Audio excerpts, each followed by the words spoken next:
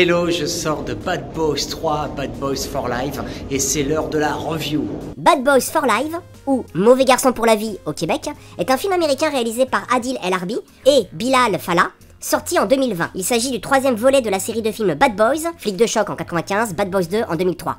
Tous deux réalisés par Michael Bay. Alors que Marcus Burnett est devenu grand-père et s'apprête à raccrocher, Mike Lauret est la cible d'un mystérieux tueur, Armando. Ce dernier agit sur les ordres de sa mère Isabelle Aretas, assoiffée de vengeance. Tout d'abord, ce que j'ai envie de dire, c'est que ça faisait du bien de retrouver ce duo qui fonctionne vraiment super bien.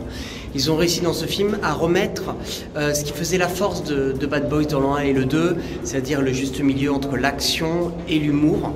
Et je trouve qu'ils ont l'essence de Bad Boys a été retrouvée dans ce numéro 3.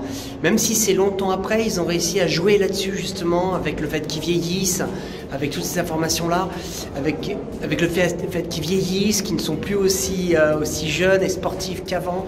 Ils ont vraiment à trouver le juste milieu qui fait que d'habitude les suites comme ça longtemps après, ça ne fonctionne pas trop. Là, je trouve qu'au contraire, c'était un bonheur de retrouver ce duo d'acteurs qui faisait plaisir à voir. L'autre gros point positif, c'est la musique. Ah là, Bad Boys, what you gonna do? Ah, c'était celle-là et l'autre. Alors, je sais pas si ça va faire le même effet que pour les nouvelles générations, mais moi, ça me rappelait tellement de souvenirs et ils jouaient là-dessus. Je me rappelais des plans qui fonctionnaient où ça démarrait vers le bas, où tu voyais l'un en slow motion et t'arrivais sur l'autre tout en montant. Ils jouaient là-dessus. À un moment donné, ils sortent d'une voiture et ils commencent à faire le même type de plan. Tu reconnais le plan, ils remettent la musique Bad Boys et là, boum, ils jouent. Et la porte elle s'ouvre pas, ils se tapent sur un poteau d'extincteur, une bande d'extincteurs. Voilà quoi. Ils jouent là-dessus et j'ai trouvé ça aussi encore une superbe idée. Bref, il y a énormément de points positifs. L'humour est dingue. C'était vraiment la scène de l'avion entre les deux. C'était des barres. J'ai vraiment rigolé, j'ai pris du plaisir, vraiment du plaisir. Si je dirais les points négatifs, c'est que ça prend du temps à démarrer, ça met du temps à venir. Au début, je dis c'est un petit peu long, c'est dommage.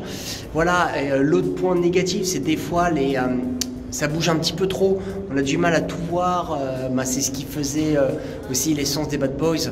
Ils ont voulu reprendre un peu le type de réal qu'il y avait à l'époque, avec des slow motion, avec des plans assez cut, assez rapides à la Michael Bay. Mais voilà, à part ça, j'ai trouvé que ça me fonctionnait bien, l'histoire, franchement, elle vaut pas un pet et un canard, elle est très simple.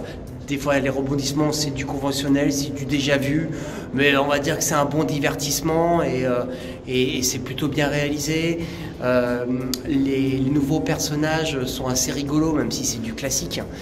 On passe un bon moment, voilà, c'est pas novateur, c'est pas ouf, c'est pas exceptionnel, mais ça fait plaisir de retrouver voilà, Will Smith et Lawrence, c'est vraiment sympa, quoi. C'est un bon moment.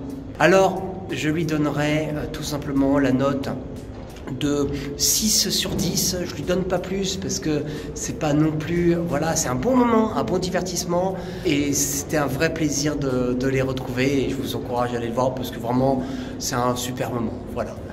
Allez, à très vite.